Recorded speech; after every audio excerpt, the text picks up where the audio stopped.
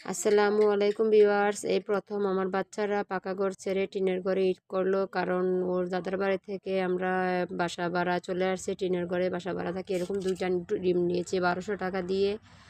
বাড়ি থেকে কোনো কিছুই আনি নাই, আনার মধ্যে শুধু আমার সেলাই মেশিনটা আর আমার একটা ইলেকট্রিক চুলা আছে, সেই চুলাটা, তারপর আমার চুলাটার সাথে দুইটা ডেকচি আছে, আর আমার ব্লেন্ডারটা, আর আমার কেক বানায় যে কিছু জিনিসপত্র আছে আমার কেকের, সেই জিনিসগুলোকে আমি নিয়ে আসছি। তাছাড়া আর কোনো কিছুই বাড়ি থেকে আনি নাই। 1 বছরের মধ্যে এই জিনিস খাটটা, ওয়ার্ড্রপ, টিভি, ফ্রিজ এগুলো সবগুলোই আমার নিতে হয়েছে, অনেক কষ্ট হয়েছে 1 বছরের মধ্যে সব কিছু গুছাইয়ে নিতে। আর একটা রুম, দুইটা রুম থেকে একটা রুম তো একেবারেই ফাঁকা, কারণ এই রুমের মধ্যে এখনও কিছু তেমন কিছু কিনতে পারি নাই। ওই যে একটা শোকেস দেখা যাচ্ছে বাঙ্গাইটা আমি একজন থেকে 500 টাকা দিয়ে কিনে নিছি, ওরা বিক্রি করে দিয়েছিল, তাই আমি জিনিসপত্র রাখার জন্য। আর এখানে 5 টাকা করে বস্তা কিনছি, বস্তা কিনে এই রুমটাতে আমি বিছাই দিছি, কারণ ওই রুমটার মধ্যে খাট নাই, তাছাড়া নিচের মাটি রেক্সিন না বিছাইলে ভালো লাগে না, তার জন্য আমি ওখানে ইয়াগুলা বিছাই দিছি আর কি, বস্তাগুলো বিছাই দিছি। আর এখানে বারান্দার রুমের মধ্যে আমি কয়টা মুরগি পালতেছি, 3টা মুরগি পালতেছি আর 2টা হাঁস পালতেছি। ওইদিকে গোসলখানা, বাথরুম,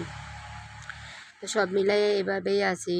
আমার ভিডিওটা আজকে এই পর্যন্ত। আল্লাহ হাফেজ।